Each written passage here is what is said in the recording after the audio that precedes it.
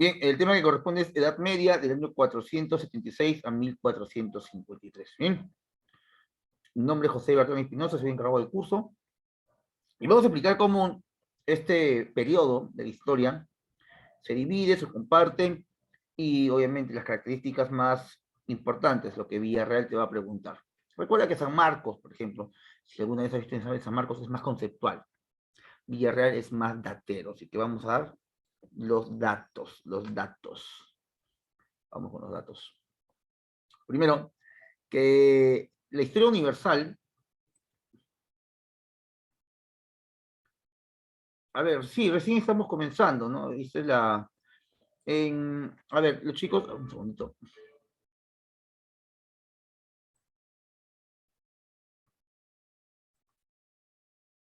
Bien, en lo que es el inicio de la Edad Media se inicia con la caída de Roma de Occidente, con su último gobernante llamado Rómulo Augustulo. Rómulo Augustulo fue vencido por Odoacro, líder de los Érulos. Así se inicia la Edad Media. Y la Edad Media terminaría con la caída del Imperio Romano de Oriente, llamada también el Imperio Bizantino o simplemente Constantinopla. Constantinopla cae cuando vienen los turcos maometanos liderados por Mohamed II. Bien, el término Edad Media fue acuñado o dicho por primera vez por Cristofredo Celarius. Celarius.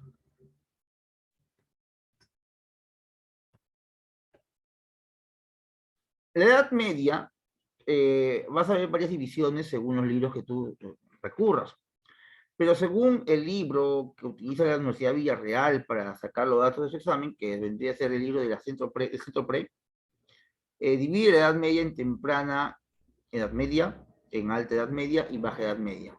En la temprana Edad Media ocurren las invasiones bárbaras, la caída de Roma de Occidente, la formación de reinos bárbaros germanos, la formación del Imperio Carolingio, la formación del Imperio Bizantino, la formación del Imperio Árabe, todo eso en la temprana Edad Media. En la alta Edad Media vendría a aparecer el sistema económico llamado feudalismo, también iría de la mano las cruzadas, Sacro Imperio Romano Germano. Ya la baja Edad Media, la parte final de la Edad Media, vendría un renacimiento urbano y comercial, además de la caída de Constantinopla y lo que es la guerra de los 100 años entre Inglaterra y Francia. Bien. Lo que más viene en un examen Villarreal es temprana y alta Edad Media. La baja Edad Media, muy poco. Igual vamos a ver las tres, ¿bien? La temprana Edad Media se inicia con la invasión de los bárbaros. Los bárbaros van a entrar a Roma de forma pacífica y de manera también violenta. Recuerda que la palabra bárbaro significa extranjero, ¿bien? Bárbaro significa extranjero.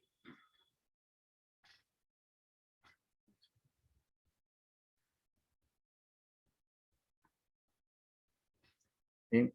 Ahora los bárbaros se dividen en tres grupos. Tienes a los indoeuropeos, a los tártaro-mongoles y a los semitas. Lo que vamos a estudiar ahora son los indoeuropeos, encabezados por los germanos, también por los eslavos. Los tártaro-mongoles son los de raza amarilla, es decir, los de Asia Oriental. Tenemos ahí a los hunos, búlgaros, turcos, alanos y húngaros. Bien, ahí aparecen los grandes jinetes, también estarían relacionados con los mongoles de Genghis Khan. Finalmente, la raza semita es la raza árabe, aquellos que provienen de la península arábiga, bien, en el cercano oriente. Hablemos de los germanos, que son los bárbaros más comunes. Ellos se caracterizan por tener una organización social donde el jefe era el padre de familia. No practicaron la poligamia, pero ellos en su sociedad tendrían la llamada venganza colectiva, que iría de la mano con su administración judicial llamada huergel o ordalía.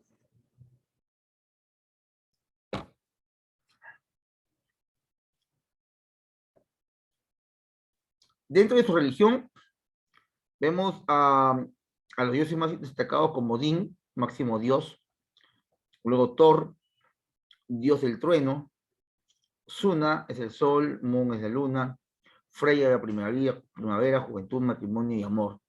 Freya es esposa de Odín y madre de Thor. Por ahí también aparece, algunos se acuerdan de Loki, pero Loki no lo relacionamos, puesto que está más relacionado en la literatura que la religión. Tú como germano, crees que la morada de los dioses se llama Valhalla o Valhalla. La manera de ingresar a la Valhalla, así es, mi lady, así es. La manera de que tú puedas ingresar a la Valhalla es que tú mueras en batalla y en esta batalla tú tengas en la mano un arma, que puede ser un hacha o una espada. Si tú mueres en batalla sin el hacha o sin la espada, un escudo, significa que tú has muerto huyendo y no peleando. No eres digno de entrar a la Valhalla o a la casa de los dioses. Si tú mueres peleando, la mitología nórdica, germana, menciona que vendrán unas mujeres del cielo, muy lindas, guapas, esbeltas, esculturales, majas, y te llevarán a la Valhalla. Estas mujeres son las valquirias. Las valquirias son una especie de semidiosas, así como ángeles nórdicos, que te llevarán ante Odín y te sentarán a su lado, donde beberás con él mucho vino y cerveza en cuernos de cabra o de toro. Estas valquirias te van a llevar siempre cuando tengas tu arma en la mano, ¿no? Se encargarán de darte bebidas, te van a dar leche fresca en la boquita y te van a engreír. Pero si no, estás condenado a vagar por la eternidad en el mundo. ¿Bien? De repente lo has visto tú, ¿no? En algún tipo de serie, dibujo, videojuego, ¿no? Siempre aparecen. Creo que incluso en la, en estas películas de Marvel, ¿no? Sale una Valhalla, ¿no? No sale una valquiria, pero una valquiria, ¿no? Ahí sale esta figura femenina. Siempre la mujer es importante, ¿ya? Incluso en la Edad Media. En la actualidad, el papel de la mujer siempre también es muy, muy importante. No te olvides que la rectora, en caso de Villarreal, la rectora es una mujer. O sea, ya sácate de la cabeza que existe eso de que la mujer es menospreciada, maltratada, ideología de género. Eso es para gente que tiene problemas en la cabecita, ¿no? De repente se cayeron de la cuna cuando eran pequeños y piensan que el mundo es desigual solo porque naciste mujer o porque naciste hombre o porque eres gay.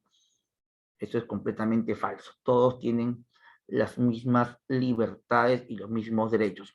Según tu constitución, no hay diferencia entre hombres y mujeres. Todos tienen los mismos derechos. ¿Bien? Para la Universidad de Villarreal, tú postulas y no hay examen para hombres y para mujeres. El examen es uno para todos. O sea, todos tienen la misma dificultad o los mismos niveles. ¿Bien? Se ve desde la prehistoria con la Venus obesa, en la Edad Antigua, en Atenas, con la diosa más importante, Atenea, en la Edad Media o en la mitología, aunque en la Edad Media sí se puede ver que hay una opresión hacia la mujer, pero más que todo por cuestiones políticas, ¿no? Ignorancia, ¿no? Ya luego se va a superar eso. En lo cultural, estos germanos, estos vikingos, estos nórdicos, van a tener esta serie de escritos en los Nibelungos que hablan de luchas, de peleas. Hay una pregunta en Villarreal que dice, ¿cuál es la actividad más importante en la Edad Media? No dice la actividad económica, no dice la actividad, dice simplemente la actividad más importante. ¿Qué es lo que todos practicaban? Sean obreros, granjeros, nobles, sea lo que sea. ¿Cuál es la actividad que todos lo hacían sin distinción alguna? ¿Cuál era?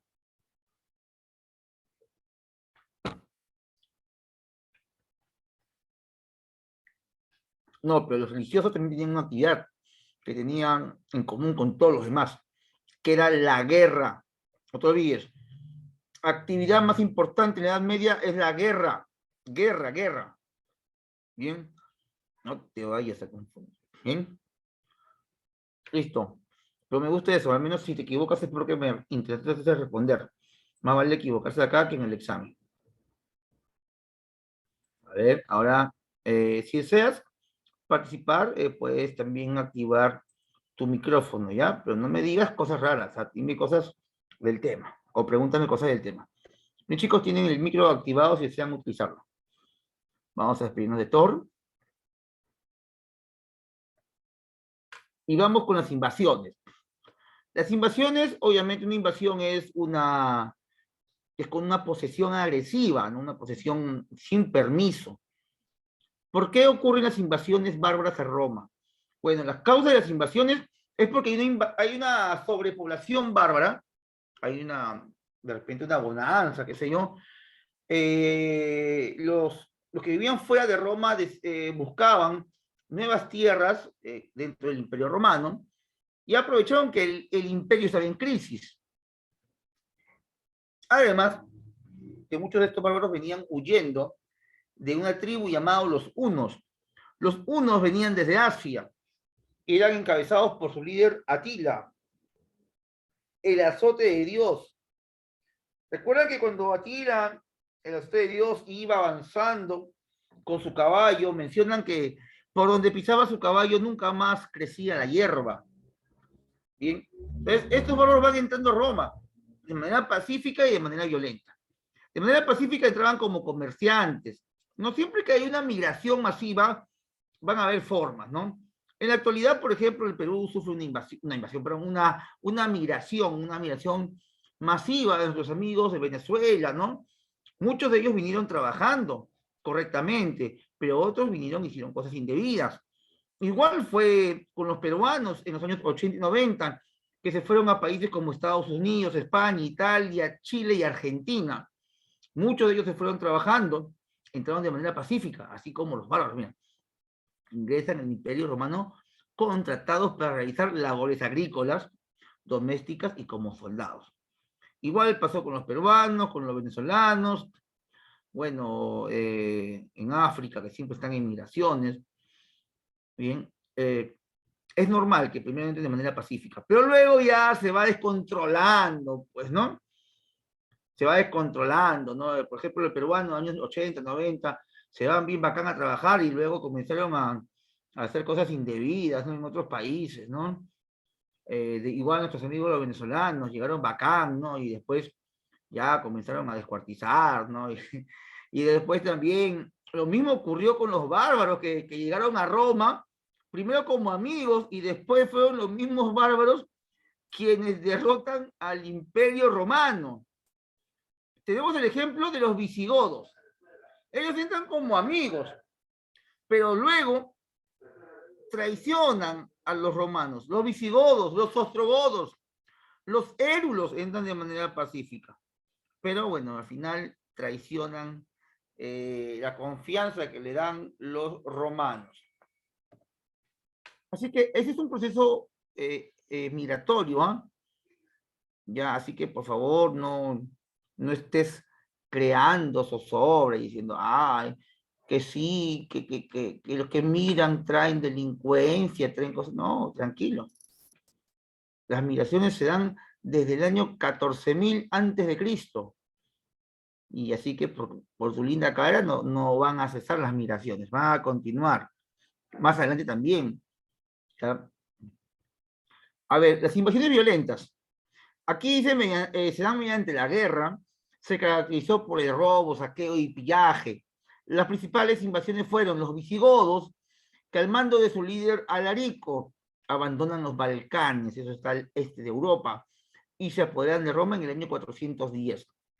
Luego de Alarico lo reemplaza su cuñado Ataulfo, con quien deciden quedarse finalmente al sur de Francia y al norte de España, donde finalmente se establecen de manera ya definitiva. Los visigodos se quedarían en España a partir del año 410 hasta el año 714, donde son invadidos por los árabes, por los musulmanes. ¿Bien? Los visigodos se quedan en España. Los hunos, como te mencioné, llegan a Europa dirigidos por Atila, el azote de Dios, quien luego de vencer en más de una ocasión a los romanos, sufriría una derrota en los campos catalúnicos en el año 451. Finalmente, luego de esta derrota de Atila en los campos catalúnicos, iría a su tierra, donde se casaría por quinta vez con una bella dama de cabellos rojos, quien apenas se casó con él, lo llevaría al altar y antes de consagrar el matrimonio en su noche de boda, ¿no? Cuando venía ya el momento más importante, esperado por Atila, ¿no? La mujer decide envenenarlo. Y Atila muere en manos de su propia esposa. La misma noche de bodas. ¿Imaginas llegar a la noche de bodas? Steven, ¿te imaginas tú casarte con una mujer pelirroja, bella, egresada de Villarreal, junto con tu promoción, y ella luego te enteres que te engaña con Kevin, y junto a Kevin hacen un complot y te envenenan en la noche de bodas, y Gonzalo, Maggie, Milady, Steven, Patricia, Kevin se comen todo el buffet, la torta, y tú estás muerto en la cama? O sea, qué triste, ¿no? Bien, algo así le pasó a Tila, algo así, ¿no? Son cosas que ocurren, ¿no? En el barrio fino.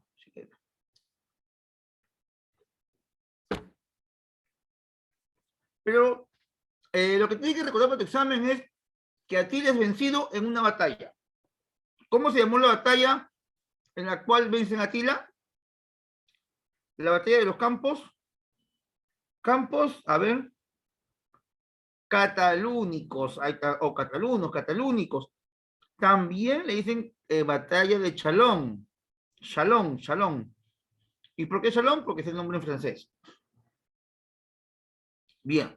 Luego de los hunos vienen los vándalos. Ellos recorren la Galia, es decir, Francia, luego España, y son vencidos por los visigodos. Llegan luego al norte del África y los vándalos se quedan con su líder Genserico al norte del África, actual Túnez. Bien, esto fue entre el año 420 y 455. Genserico. Bien, luego, los anglos y sajones. Los anglos y sajones vivían al norte de Francia, no lo olvides. Los anglosajones hacen una fusión y formarían el reino de Inglaterra. Pero Inglaterra sabemos que está en Gran Bretaña. Pero los anglosajones, antes de vivir en Gran Bretaña, siempre vivieron al norte de Francia. Es decir, que los franceses van a poblar Inglaterra. ¿No? Algo que después va a generar una guerra, porque con los anglosajones... ¿Sí? A ver, vamos a ver tu micrófono. ¡Uy! ¿Qué pasó? Jennifer, tu micrófono. Jennifer, tu micrófono. Bueno, mejor lo apago. Listo. Cuando los anglosajones se quedan en Gran Bretaña, dejarían su territorio en Francia.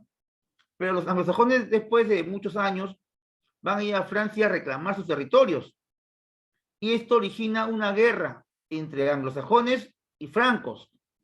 Esta guerra se va a llamar la Guerra de los 100 años. Luego, los érulos, al mando de Odoacro, y lo hemos visto, depusieron en el año 476 a Rómulo Augustulo, último emperador romano.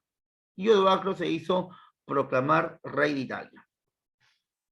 Luego vienen los ostrogodos, también venían desde el Mar Negro, se dirigen hacia Roma. Los ostrogodos, liderados por Teodorico, matan a Odoacro por encargo de Justiniano. Profe, ¿qué tiene que ver Justiniano acá? Justiniano era emperador del Imperio Romano de Oriente. Y como sabrás tú, los érulos invaden Roma de Occidente.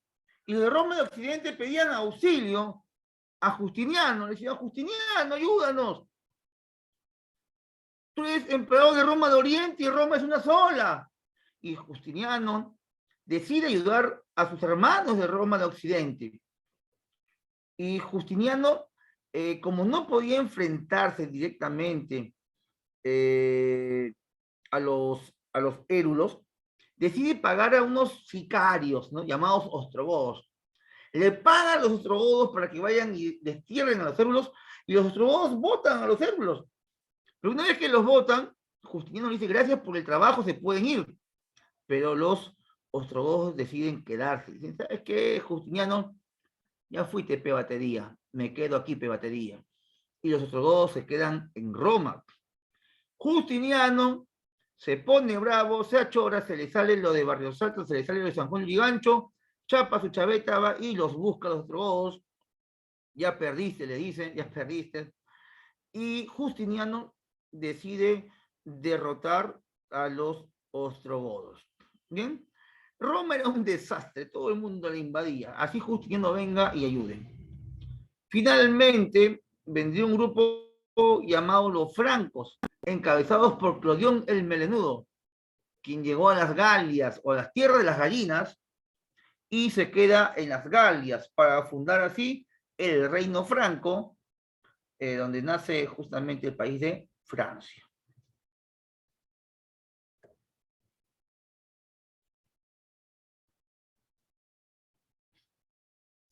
Bien, estas invasiones van a tener un número importante de consecuencias. Hay consecuencias políticas, por ejemplo, cuando llegan los bárbaros de Roma, destruyen el imperio totalmente, el imperio romano occidente. Una vez que se destruyen estos reinos, el imperio romano occidente, se forman los reinos bárbaros. O sea, los bárbaros llegan como siempre invasores, pero como se quedaron, dicen, oh, estaba acá en la tierra, vamos a quedarnos. Se quedan y deciden crear sus propios reinos. ¿Bien? Y forman los reinos germanos. Trayendo como consecuencia económica una paralización del comercio y obviamente de la industria, porque Roma había sido destruida y los bárbaros poco nada le importaba el comercio con sus vecinos. Se declina la vida urbana, es decir, ya no hay ciudades, porque los bárbaros van a ser pequeños reinos. No hay ciudades, sino pequeños reinos. Desaparece la moneda romana.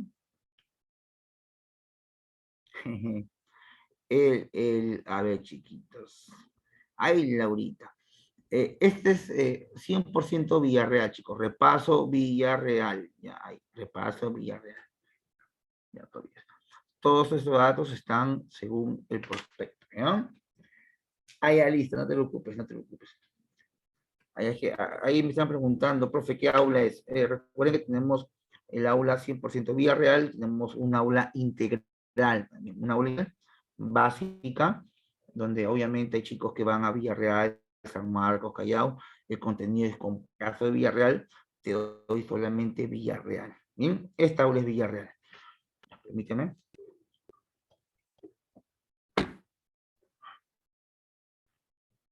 Bien, continuamos. En lo cultural, se dice que hay un retroceso cultural. O sea, es que Roma era muy rica. La cultura greco-romana era muy rica. Al llegar los bárbaros, como que hay se detiene el avance, ¿no? Pero el retroceso, bueno, un poco. Los bárbaros victoriosos tardaron en asimilar la civilización greco-latina y se barbarizan las costumbres. Barbarizar no significa que haya retraso, sino simplemente una asimilación de lo extranjero. En lo religioso hay enfrentamientos entre el paganismo, el arrianismo y el cristianismo. Recuerda que el paganismo es la forma de adoración a cualquier dios menos al dios cristiano. Adoras a la vaca, el toro, la hormiga, adoras a las nubes, a los pescaditos, a la pulga. Eso es ser pagano. Ah, es un pagano, adora al trueno, al Thor, adora a la luna, Amón. Ah, pagano. ¿Eh?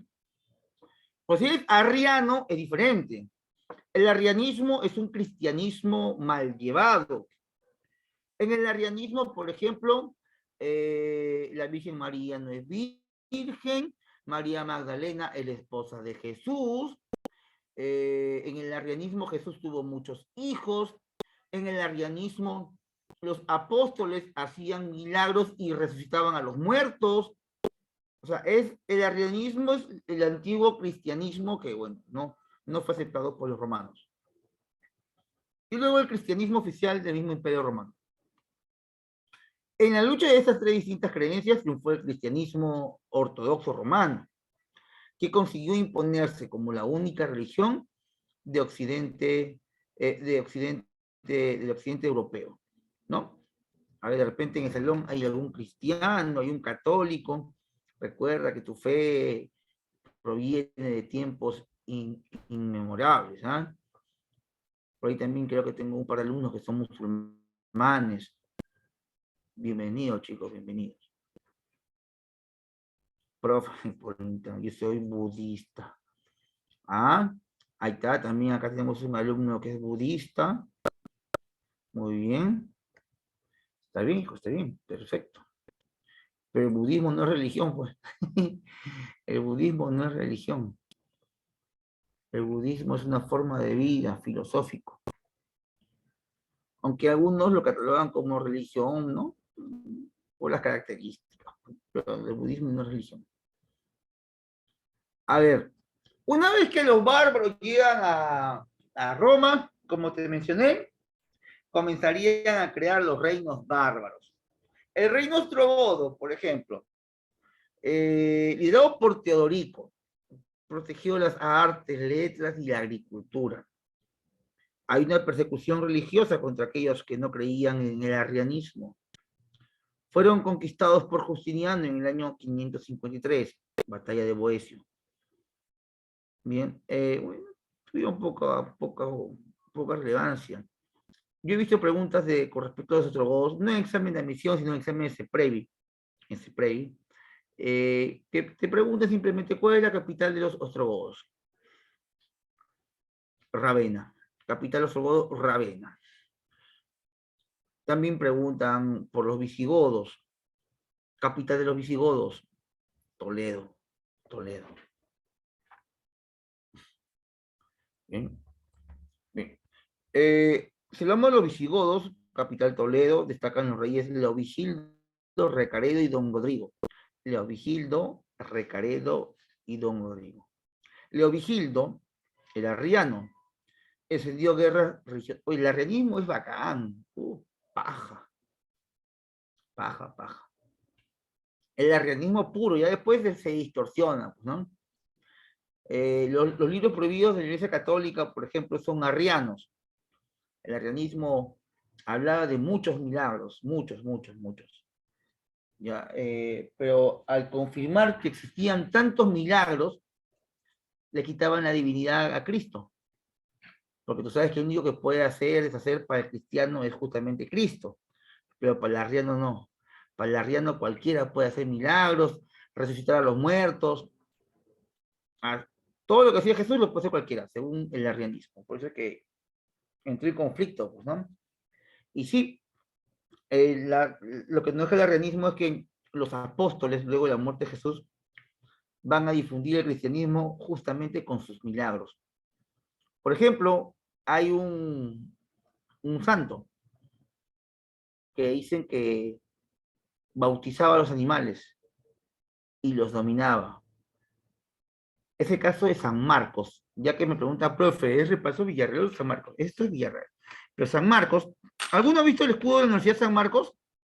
¿Ustedes han visto el escudo de San Marcos, de la Universidad de San Marcos? Sí. ¿Han observado que en el escudo de San Marcos hay un animal? ¿Cuál? ¿Qué animal está en el escudo de San Marcos? El león. El león. El león. San Marcos justamente, cuando fue condenado a muerte en el Coliseo Romano, a San Marcos se le condena a muerte por seguir a Cristo y le suelten los leones para que se lo coman. Y sé que San Marcos agarró una botellita de agua, un poquito, no, no, un poco de agua y comenzó a bautizar a los leones. Te bautizo, leoncito, en nombre del Padre, del Hijo, del Espíritu Santo. Te bautizo, leoncito, te hace llamar Simba, muy bien. Luego así. Comenzó a bautizarlos y no se lo comieron. Ese es el arrianismo.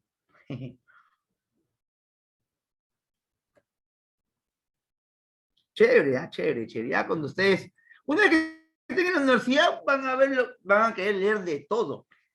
Yo sí me interesé mucho en la teología, ¿no? Casi 2 años. Bien. Luego, uno de los reyes más odiados de los visigodos fue Don Rodrigo. No me digas eso, pues, Amy. Aquí todos van a ingresar, todos, todos, todos. A ver, un segundito.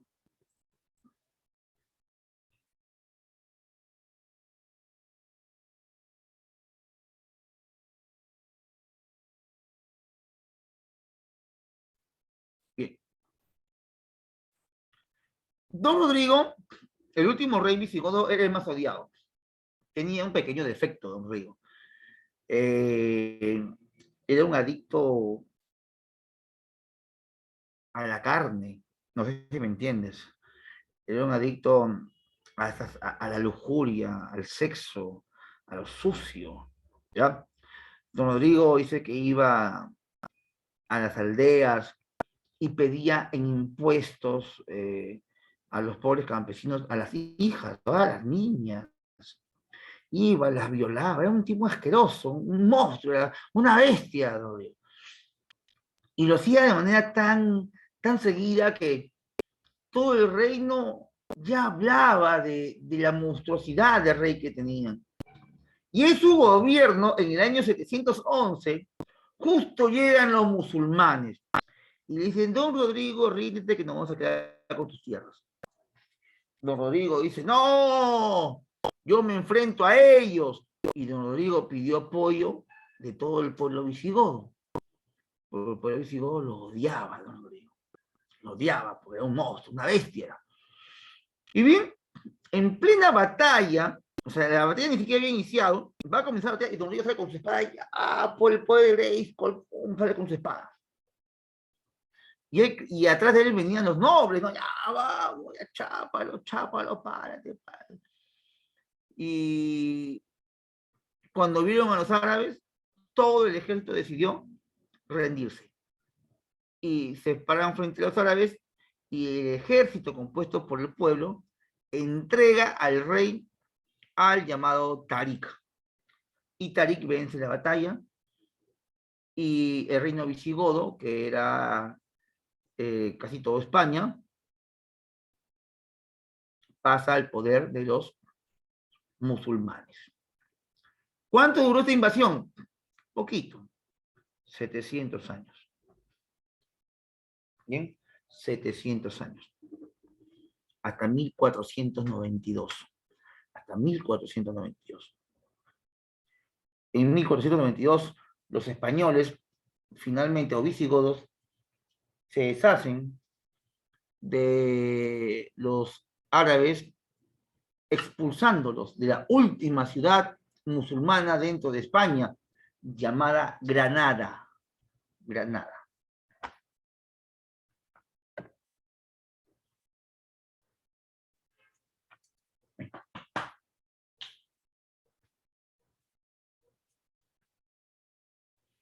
Ya, ahora justo voy a explicar eso.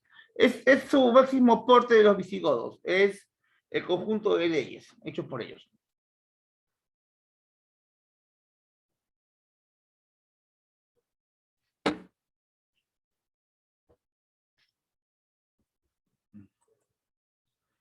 Pero así como el reino ostrogodo, visigodo, también hubo un reino muy próspero, que fue el reino franco.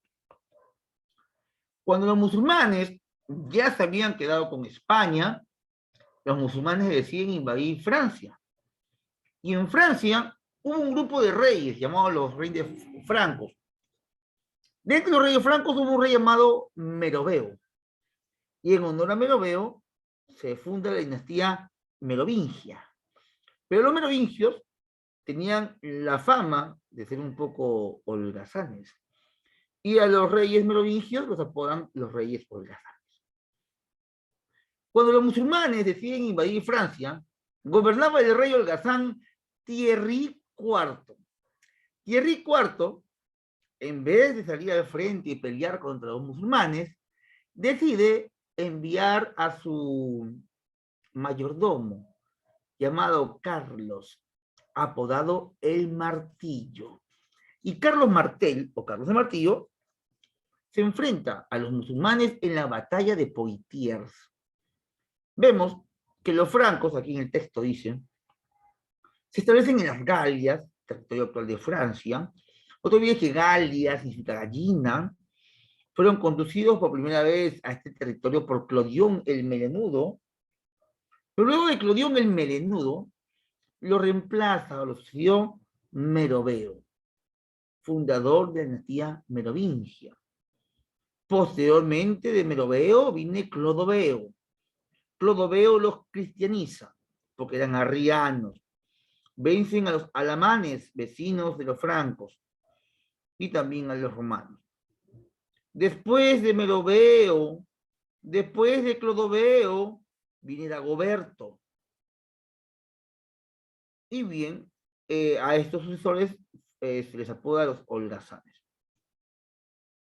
En el gobierno de los holgazanes, lo que te comentaba, viene la invasión musulmana.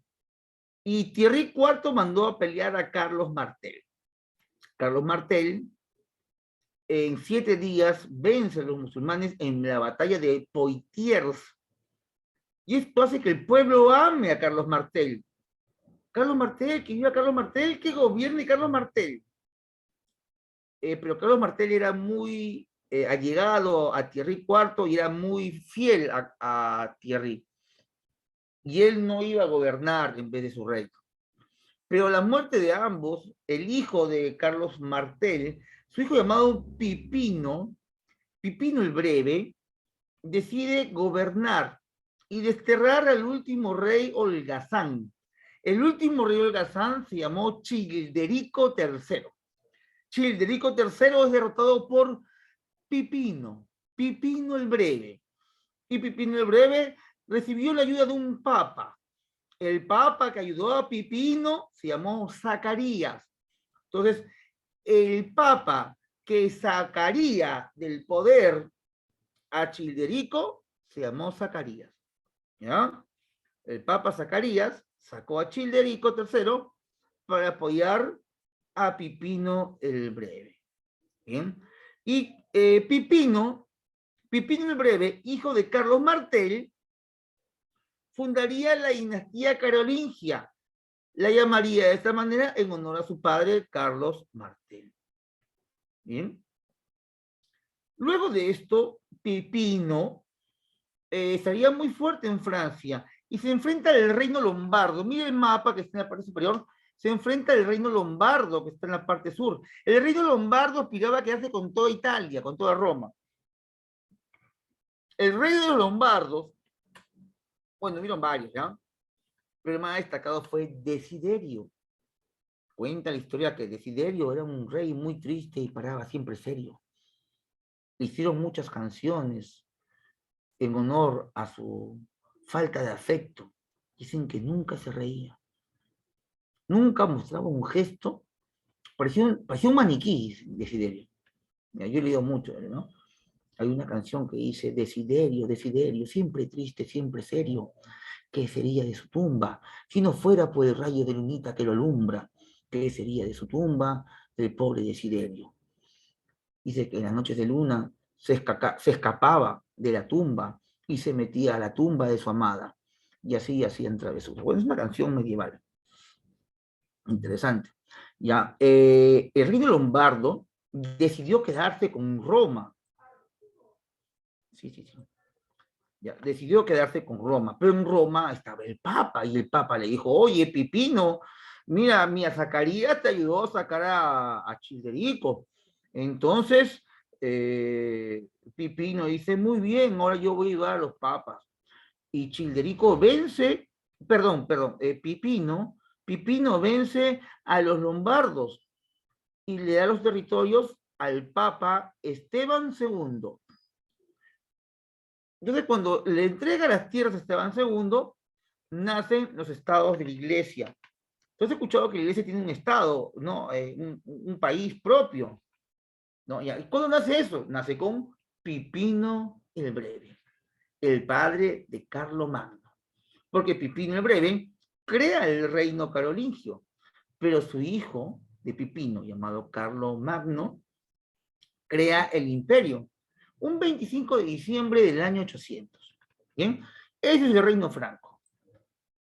Aparte del reino franco, no hay que olvidar que hay más reinos. Y es el reino anglosajón. Aquellos franceses, anglos y franceses sajones, que llegan a Gran Bretaña, fundando Inglaterra. A partir del año 430, la isla británica, o la isla de los bretones, es ocupado por anglosajones, oponiendo resistencia por naturales. Ahí destaca el gran rey Arturo de Camelot, quien decían que tenía un pacto con el diablo, debido a que no era cristiano. Cuentan que él era apoyado por un mago, el mago más poderoso, y no era Dumbledore, tampoco era Harry Potter, era el mago Merlín, quien había nacido de un árbol engendrado por el mismísimo Satanás. Bien, Arturo, quien era el rey de los dueños de los territorios, se enfrenta a los anglosajones, pero lamentablemente va a perder.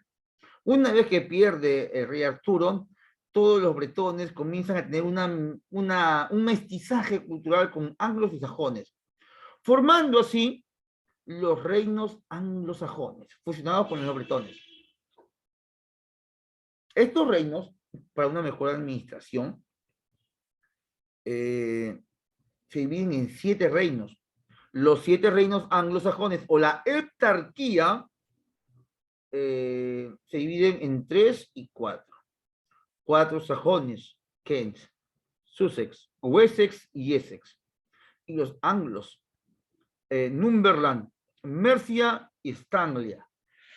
Siendo entre los reinos sajones, el más importante, Wessex, y de los anglos, la más importante, Mercia. El soberano de Wessex, Egberto, sometió la autoridad a todos los reinos y fue el primer monarca de Inglaterra, año 872. Luego vendría ya Alfredo el Grande y otros más como Guillermo el Conquistador. ¿Sí? Esto es lo más importante de los reinos bárbaros germanos. Luego de esto, recordemos que se funda un gran imperio a raíz del reino franco. Este imperio se llamaría el Imperio Carolingio, que tuvo como capital Aquisgrán. El Imperio Carolingio provenía de los francos, que etimológicamente significa hombres libres y atrevidos. Fueron guerreros corpulentos, tez blanca, ojos azules, con el cabello rapado por delante y largo por detrás. Sí, estoy hablando de los francos, no estoy hablando de tu profesor, no estoy hablando de mí. Bien, los hechos para que este reino franco destaque es justamente lo que te mencioné hace minutos. La figura de Pipino el Breve, quien destronó al último rey holgazán de la dinastía de los merovingios. Al último rey holgazán de los merovingios se le conoce como el rey Childerico III, dando inicio a la dinastía carolingia en honor a Carlos Martel. Luego, este Pipino, el Breve, es reconocido como rey por el Papa Zacarías, el que expulsó a Childerico. Al año siguiente, Pipino convocó a una asamblea de nobles en la ciudad de Soissons, haciéndose proclamar rey de los francos. Posteriormente, en el año 754, también lo va a reconocer el Papa Esteban II. Poco después, defendió la autoridad del Papa frente a la invasión de los lombardos. Ahí gobernaba el rey Astolfo, rechazándolos y obsequiando al Papa el exarcado de Ravenna, formando así un estado pontificio. Bien.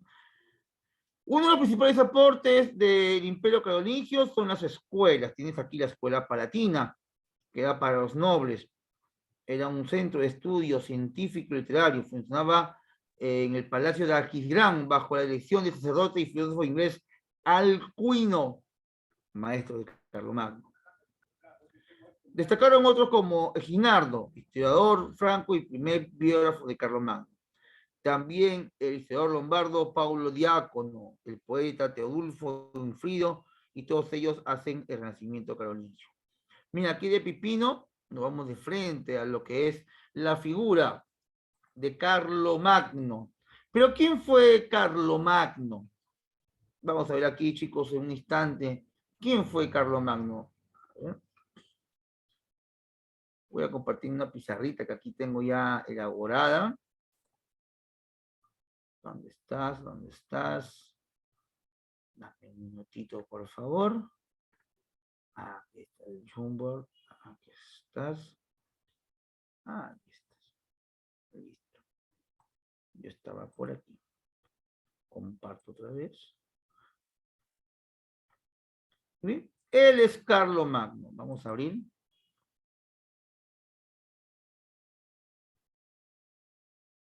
Está cargando. Ahí está. ¿Me confirma? ¿Se ve lo que estoy compartiendo, la figura de Carlomagno? Dime sí o no. Gracias, Eric. Listo. Chévere batería. A ver, Carlomagno. Él es coronado como emperador. Vamos a poner aquí datos importantes.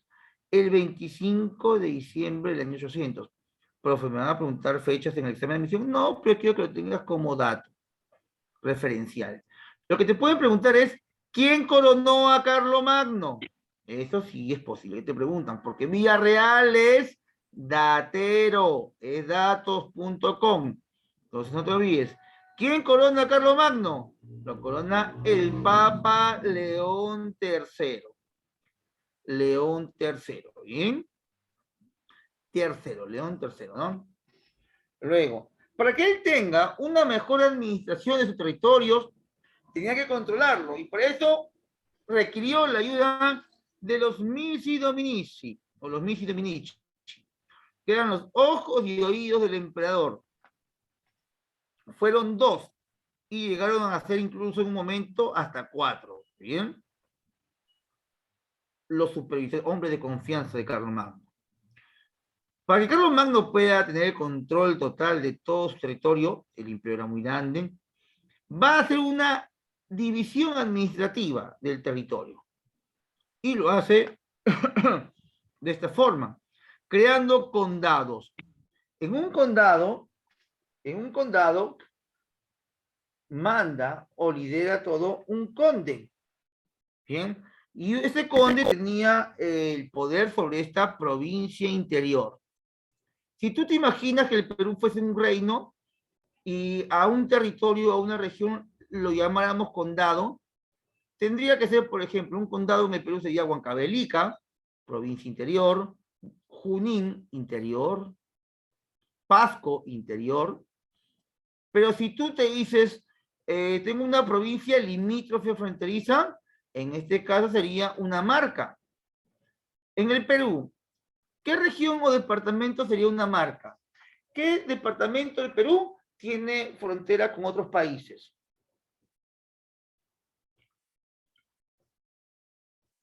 Muy bien. Tumbes, muy bien. Tacna, muy bien. Loreto. Ellas serían, muy bien, madre de Dios, serían marcas. Pero si hubiera un tipo de guerra, Carlomagno crearía ducados. ¿Qué es un ducado? Es la unión de un condado y una marca. Juntas a los dos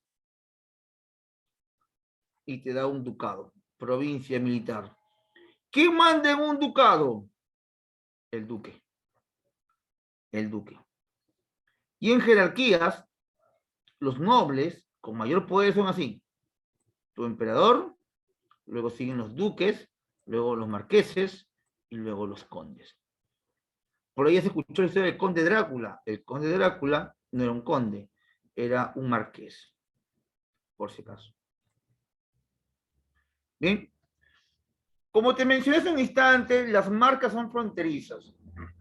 Y Carlomagno tuvo problemas con algunas fronteras, ¿no? Así como el Perú tiene problemas con Ecuador, bueno, en realidad con todas las fronteras.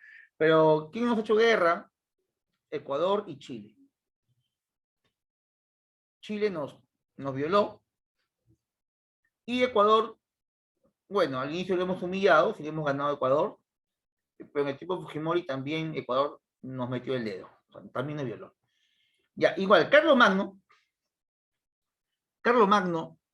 tuvo problemas con sus fronteras, no ni con Chile ni con Ecuador, sino con España, porque en España estaban los musulmanes y tiene guerras con ellos. Y en estas guerras contra los musulmanes muere su sobrino preferido, muere Rolando, el sobrino de Carlomagno, llamado también Roldán. Roldán o Rolando, no hay problema. Roldán o Rolando. Él es su sobrino. ¿Bien? Y se escribe el primer cantar de gesta francesa, el cantar de Roldán. ¿Bien? Luego, el problema con la marca lombarda, como ya te dije hace un instante, ¿no? Y ahí el problema con el rey Desiderio, ¿no? Ahí está. Bien, esto es lo más importante que tienen que saber de Carlitos Magno. Estos todos datos se los voy a enviar por el grupo de WhatsApp. Bien, dejamos de compartir. Nos vemos nuevamente a las diapositivas. Pero vemos también aquí un gran aporte con respecto a la educación. ¿Me puedes a confirmar? Dime sí o no, si que se ve lo que estoy compartiendo. Escuela Palatina. ¿Dice Escuela Palatina? Sí, listo. Gracias. Uy, uy, uy. Listo. A ver.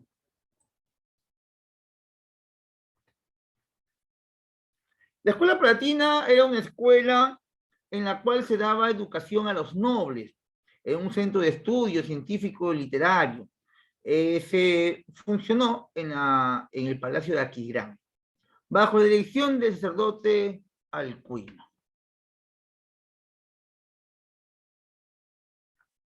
Pero también hubieron otras escuelas, como la conventual, escuela conventual. Bien, en la escuela conventual se dan las artes liberales, como el trivium y el quadrivium. Cuando estés en la universidad vas a ver que es el primer tema que van a discutir en los cursos generales. Todo el mundo habla de trivium y quadrivium, todos se creen saber todo. Ya, esto es lo primero que vas a hablar tú en la universidad con ingleses. El trivium, profe, el quadrivium, la retórica, gramática, dialéctica, bien. Para que se me la misión también tiene que saberlo. El trivium es retórica, gramática y dialéctica, todo lo que tiene que ver cómo hablar, cómo expresarse. El quadrivium es matemáticas, como geometría aritmética, la música y astronomía. Finalmente, la escuela parroquial para el pueblo, para el populorum, para los pobres, que solamente le enseñaban a leer, escribir su nombre y algunas cosas más, junto con el catecismo para dominarlos con la religión, y el canto, obviamente cantaban bonito, música gregoriana.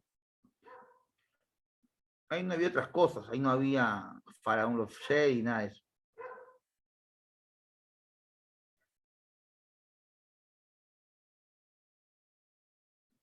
¿No?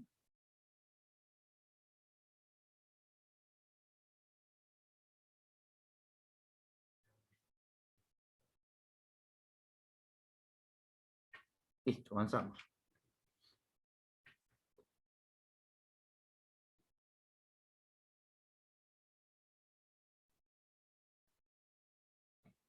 ¿No?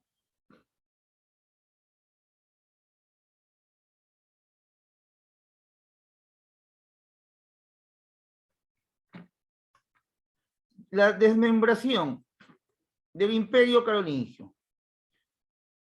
Carlomagno muere el 28 de enero del año 814. Lo reemplaza en el trono su hijo Ludovico Pío, llamado también Luis el Piadoso. En el año 841, sus hijos menores Luis y Carlos se unen contra Lotario, venciéndolo en la batalla de Fontenay o Mersenne. Pregunta Villarreal Clara. ¿Con qué tratado se termina el Imperio Carolingio? Tratado de Verdún. Lo he puesto grandazo para que no te olvides. Con esto termina el Imperio Carolingio. Al terminar el Imperio Carolingio, se acabó el poder central. Se acabó el líder. Ahora todo el mundo quiere hacer lo que quiere en su territorio. Y esto va a facilitar que exista una clase social terrateniente, ¿no? Con dinero, con armas, pero no tenía alguien que los defienda, no tenía un emperador, un gobernante. creando alianzas entre ellos mismos, condes con duques, duques con marqueses, y así hacen un sistema de alianzas basados en juramentos de fidelidad, naciendo lo que conocemos como el feudalismo. Entonces, si te preguntan, ¿el feudalismo nace como consecuencia de qué? El feudalismo nace como consecuencia de la caída del imperio carolingio. Como ya no hay un emperador, todos están débiles. ¿Quiénes aprovechan? Aprovecha la segunda oleada de invasiones bárbaras, la cual estuvo compuesta ya no por uno, ni por visigodos, ni por ostrogodos. Ahora la segunda oleada es de los vikingos. Ahí recuerdan mucho a Ivar el deshuesado. Vikingos, vikingos. Vikingos o normandos, dicen. ¿Han visto la serie Vikingos? En Willax. Claro, es contundente, ¿no?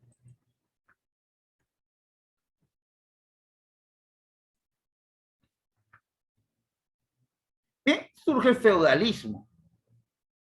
¿Y qué es el feudalismo? Acá dice, ya, esta definición es desde el punto de vista económico, no histórico, económico. Tercera etapa de la historia basada en la situación de los siervos de la gleba, por los propietarios de las tierras agrícolas llamados señores feudales. Hay una contradicción llamada contradicción entre el señor feudal y el siervo de la gleba.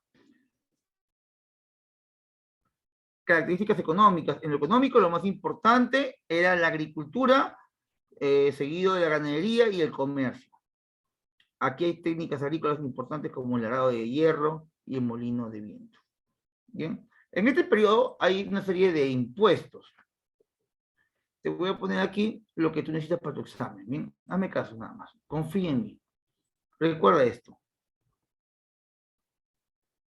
Pernada, esto ha venido en vía. Diezmo siempre viene. Cosecha es la primicia e indulgencia. Profe, lo demás no viene, bueno, nunca lo he visto, no está ni siquiera en el libro, pero prefiero que no te llenes con muchos datos, porque esto no creo que te venga. Pero esto sí, que la pernada es el impuesto, ¿sí? Hola. Hola, Génesis, ¿cómo estás? ¿Alguna pregunta?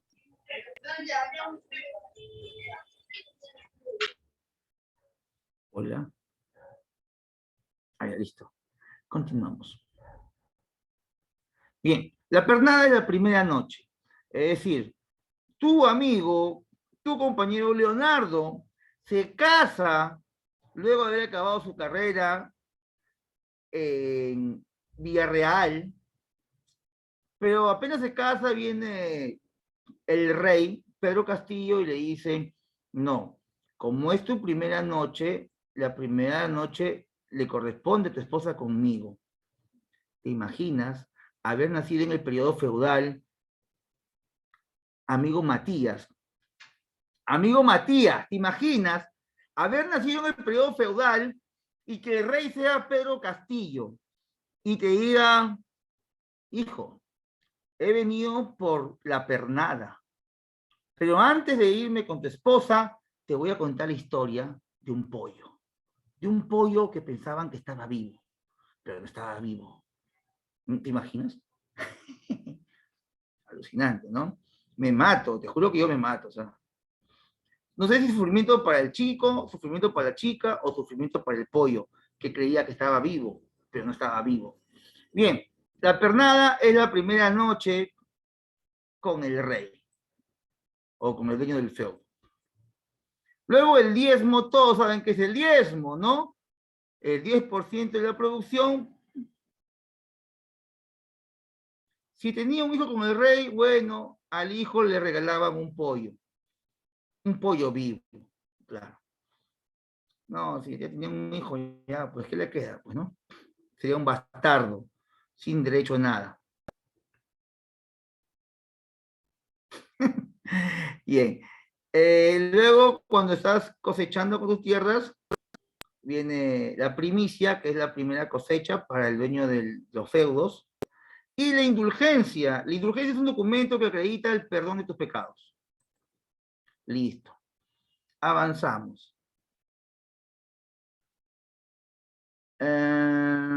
Pues sí, buena observación, Evelyn, qué buena observación. Será por eso que, es que en la Edad Media había muchas enfermedades, había cualquier cantidad de enfermedades. El promedio de vida era muy bajo, ¿no? La gente del campesino, del campo o guerreros, 30, 40 años no vivían más, justamente debido a esas enfermedades. Mucho porcentaje de la población moría también por enfermedades. No se sabe necesariamente si eran sexuales o no. Bien, esta es la estratificación social.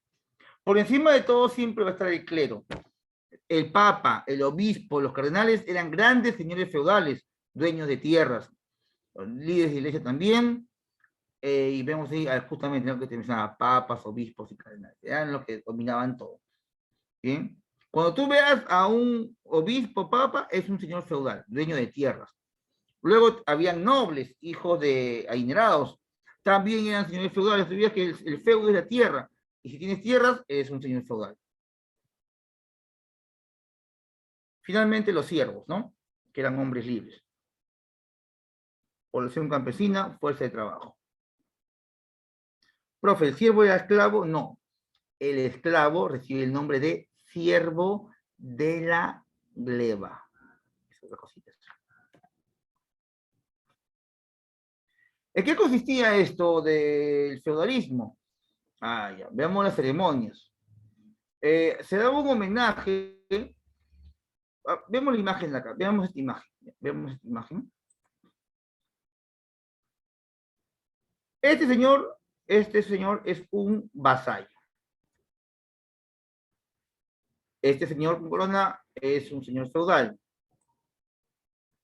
En caso de ambos, los dos pueden ser señores feudales, pero al que se le da el homenaje es el hombre con mayor poder. Y el que entrega la investidura es justamente al que se le entrega la investidura, es a él. Entonces, el vasallo le rinde un juramento de fidelidad.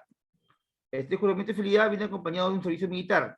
A cambio, el señor feudal le entrega protección. Cuando el vasallo le da un juramento de fidelidad al señor feudal, a este juramento se le llama homenaje. Juramento de fidelidad de vasallo al señor feudal. Ofrecimiento de servicio militar. Y si el señor feudal que está acá acepta, le entrega la investidura, que es entrega de feudo o beneficio al señor feudal, al vasallo. Ahí está. Es un rey de su corona. Listo. Señor feudal, vasallo. Investidura, homenaje. Continuamos.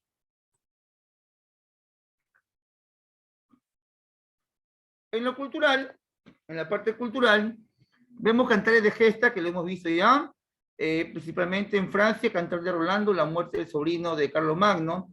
En Alemania, el cantar de Nibelungos, donde destaca Silfrido, y se habla de las batallas contra Tila. Y en España, el cantar de Mío Cid, que es más conocido que la Ruda.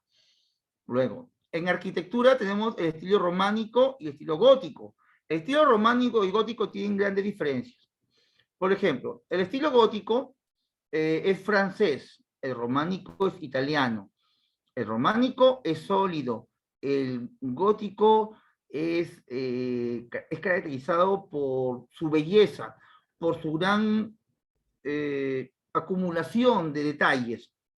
El románico es liso, fuerte, oscuro, porque tiene pocas ventanas. El gótico es iluminado, ojival. Ojival hace referencia a la forma que tienen sus puertas y ventanas, ¿no? Uno le dice en forma de hojita, de forma ojival. ¿Ya? Muy iluminado, mira sus puertas grandes, sus ventanas frontales, sus vitrales en cada espacio. Sin embargo, el románico, mira, sólido. Sus ventanas chiquititas, apenas entra la luz. Bien, estas es sus características. Universidades.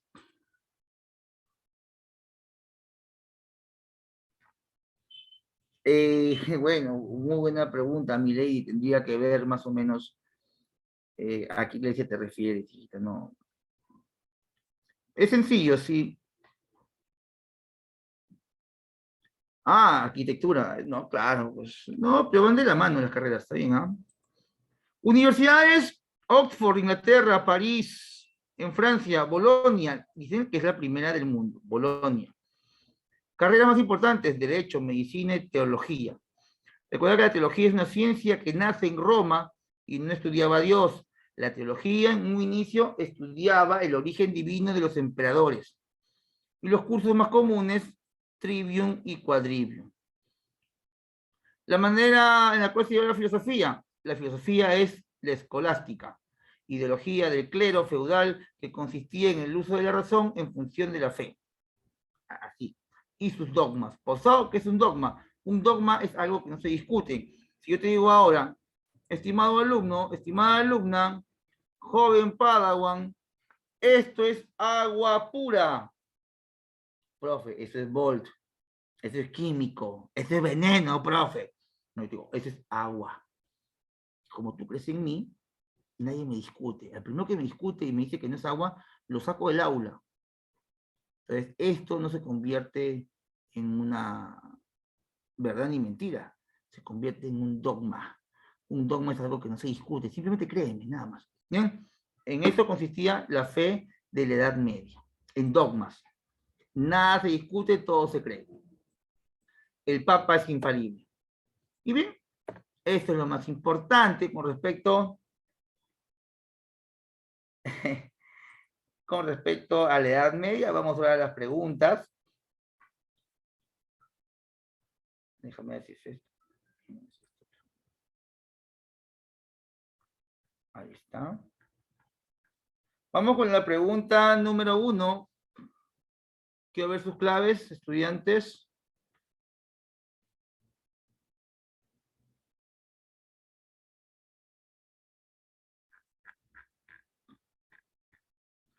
Pregunta número 1, number 1. 1, muy bien, letra D. Vamos con la pregunta número 2.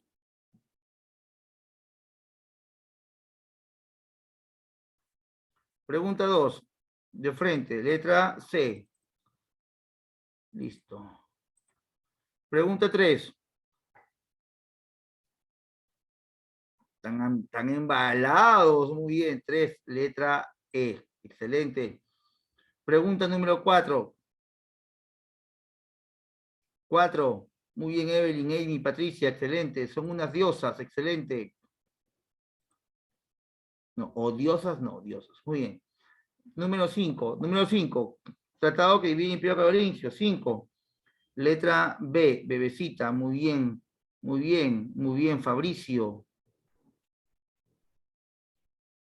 ¿Con qué nombre se llamó a las provincias del Imperio Carolingio? Fronterizas. 6, fronterizas. 6. Letra E. La están rompiendo, están rayando. Pregunta número 7. Nietos de Carlos Magno, que se disputaron el dominio del Imperio Carolingio. Vamos con la pregunta 7. Carlos el Calvo, Luis y Lotario. Muy bien, genios.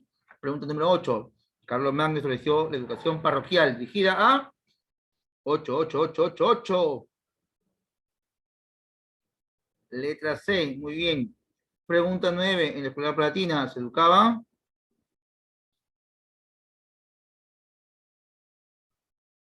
enana. Pregunta 10.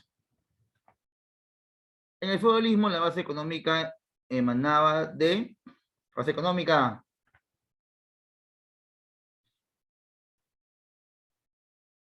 Muy bien, besito.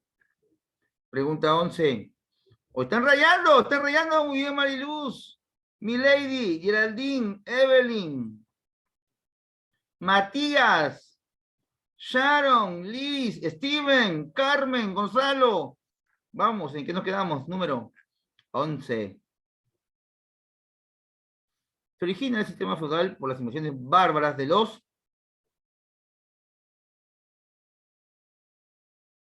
11. 11, letra E. Normandos son los vikingos. Magiares venían del sur. Los sarracenos son los musulmanes de España. 11C. 11E, perdón. 12.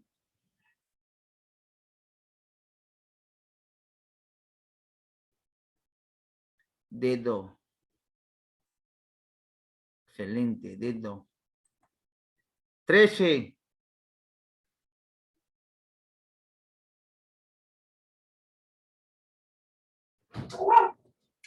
Letra A.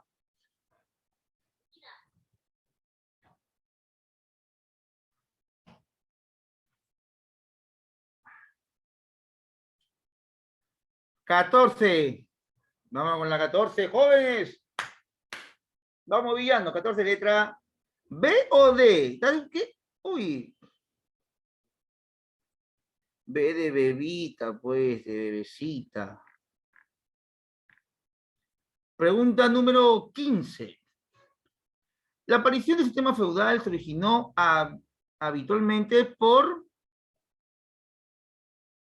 15. Letra E, muy bien. 16.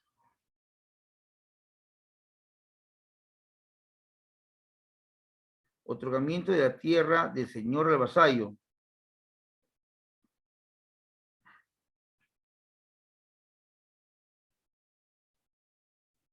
Investidura.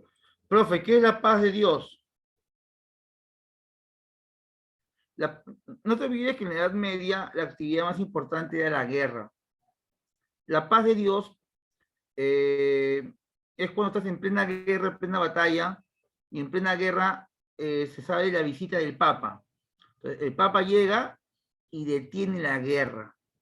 O sea, si te preguntan, ¿cuál es la única forma de detener una guerra? Es mediante la paz de Dios o la tregua de Dios.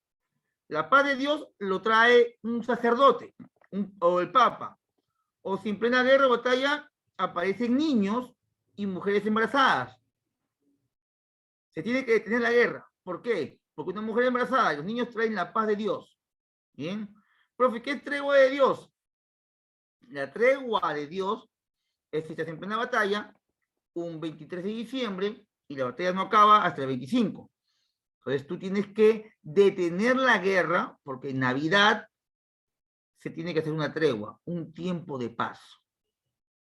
Bien, vamos con la 17. Vamos con la 17. Bebecita. Rum. Bebecita. 17. Servicio de la hueste. 18. Mira, 18. A ver, Steven, tú que te sientes ahí fijo. Gonzalo. 18. La pernada. ¿Te imaginas, no? Ah, qué feo. Ya, pues que se meta, pues, que venga Pedro Castillo y te diga, yo tengo un pollo, te lo cambio por tu esposa. No, pues, es un pollo que estaba vivo. Vamos, 19. Es una característica del sistema feudal. Característica del sistema feudal. 19, dice fragmentación del poder político. Ay, está muy bien, muy chicos, están muy finos. Pregunta 20. Hablemos de las cruzadas. A ver, chicos, ¿cuántas cruzadas existieron? 8, muy bien. De las 8 cruzadas, ¿cuántas cruzadas fueron victoria para los cristianos? Solamente una. ¿Y cuál de todas? ¿La primera, la segunda, la tercera, la cuarta, la quinta? ¿Cuál? Solamente la primera, muy bien. La primera cruzada se divide en cruzada popular y señorial, no lo olvides. Y la popular es derrota, pero la señorial es un éxito rotundo. Muy bien. 20, ¿qué marcarías?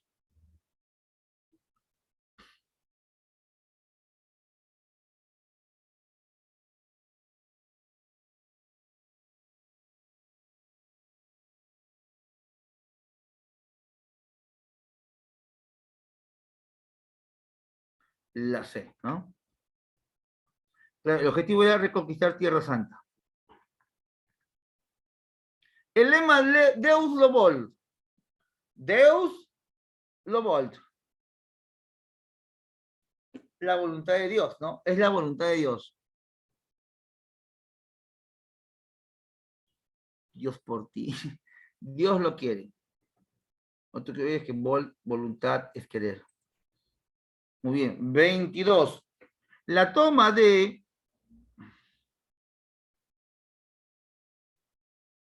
22, vamos. El reino de Edesa. 23. 23.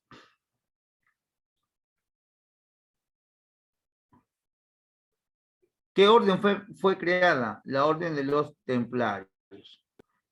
Los masones no es una orden religiosa. 24.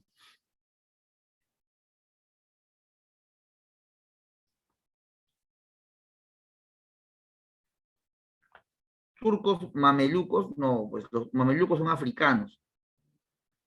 Turcos otomanos, no, porque ellos vienen después. Fueron los turcos selyúcidas. Muy bien, selyúcidas, ¿no? Descendientes de los soldados de Alejandro Magno. No fue un factor que propició el surgimiento de las cruzadas. No tiene nada que ver con las cruzadas, dice.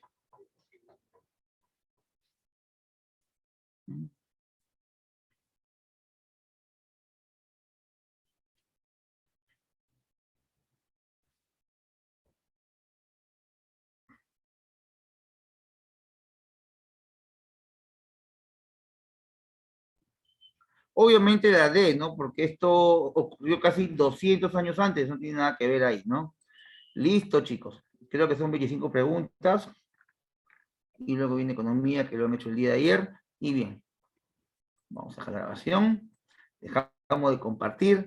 Estudiantes, ha sido un placer compartir esta hora y media con ustedes.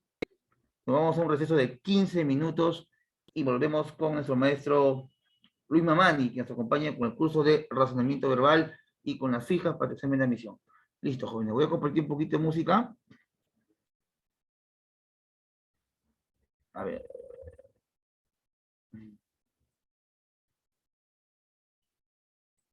Sí, yes. Sí. Listo. Vamos a compartir.